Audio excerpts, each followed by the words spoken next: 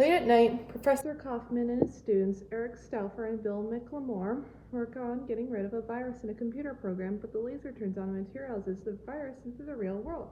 The virus absorbs data out of the computers and attacks the scientists. Later, Mystery Incorporated visits Stauffer at the university he was attending to test their computer program. When they arrive, they're inspected by Officer Wembley, who disrupts them and keeps a close eye on Scooby. The gang arrives at the computer lab with Stauffer, McLemore, and Kaufman, explain that their laser sends real-time objects into the computer simulation.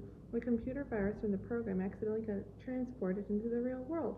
Professor Kaufman says that the laser was intended to win a science fair for $250,000, warned of the virus's threat as it could steal computer programs to make a telephone come to life.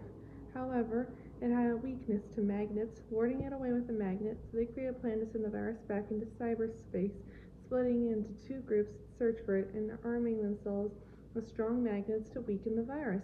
Fred, Daphne, and Velma encounter the virus in the basement, defending themselves with a magnet. However, Officer Wembley catches them and takes them to Professor Kaufman's lab for trespassing. Meanwhile, Shaggy and Scooby encounter the virus while eating in a cafeteria, being chased back to the laboratory.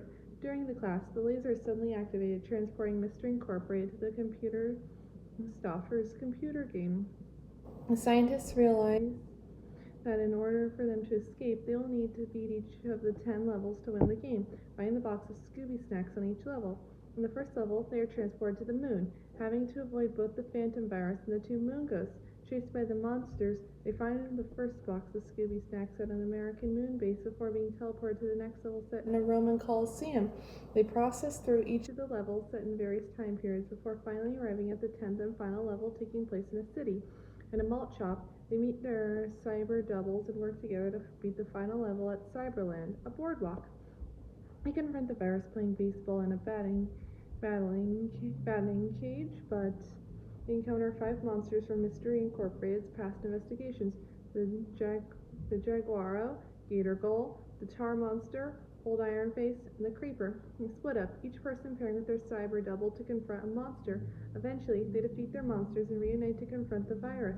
Working together, they finally succeed in grabbing the box of Scooby snacks, causing both the virtual monsters and the phantom virus to dissipate, ceasing to exist. Mystery Incorporated bids farewell to the cyber doubles before returning to the real world to confront the virus's creator.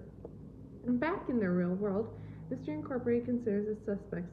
Kaufman took to make a fortune if he could pass on the laser invention on his own, and Officer Wembley was in the only person room where Mystery Incorporated was sent to cyberspace. However, while in the game, Mystery Incorporated noticed several allusions to baseball throughout the 10 levels, and as McLemore designed a baseball game, they exposed McLemore as the real culprit. After attempting to escape but being promptly caught, McLemore confessed he created the virus to sabotage the game because Kaufman chose Stauffer's game over his. He planned to submit his own project to the science fair and win the prize money for himself. To prevent Mystery Incorporated from discovering his crime, he turned on the laser to send Mystery Incorporated into the game. After he is apprehended by Officer Wembley, Mystery Incorporated eats a soda shop with Stauffer, where Stauffer thanks Mystery Incorporated for the crime and shows him his computer, showing their cyber devils. Soon after, Mystery Incorporated reminisces about their experiences.